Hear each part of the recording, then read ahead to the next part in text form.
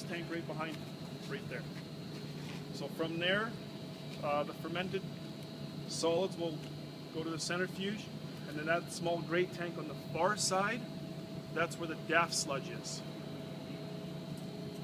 So this sludge in here is the really odorous stuff. It's anaerobic.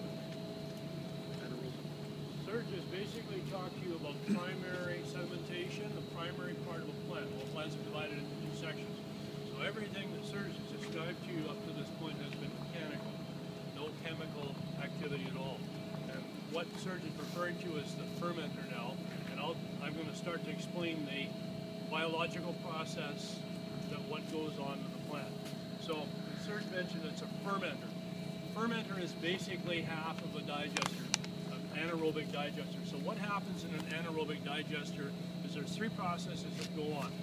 You have hydrolysis, that's where you take your solids and you start to break them down. Hydrolysis is an example.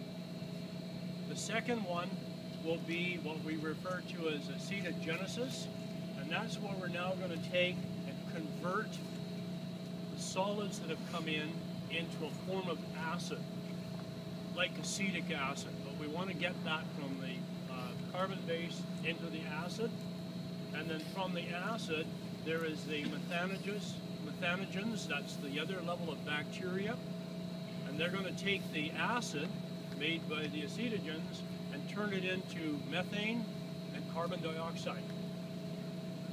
That's what anaerobic digestion does.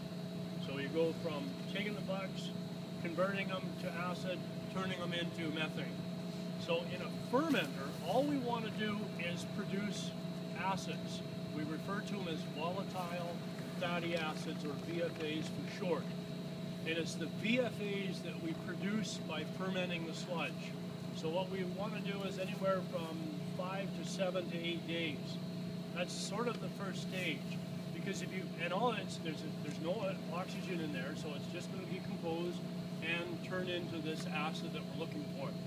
And it's quite a bit of sludge in it, and it's circulated, and there's a big arm in there that moves the sludge around so that it's mixing.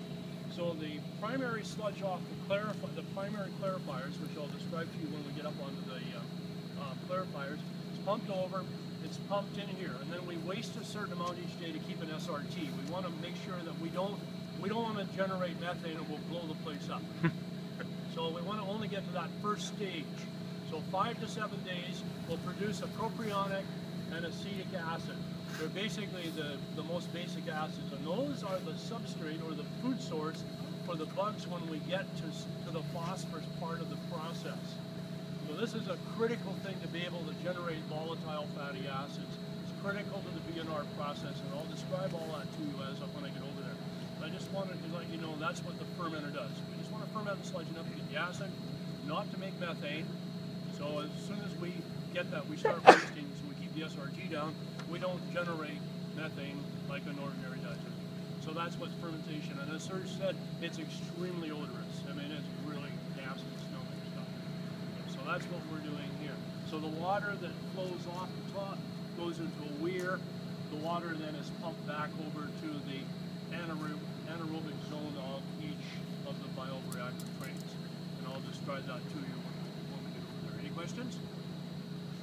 So acetogenesis, methanogenesis, hydrolysis. Those are the three components of methane digestion.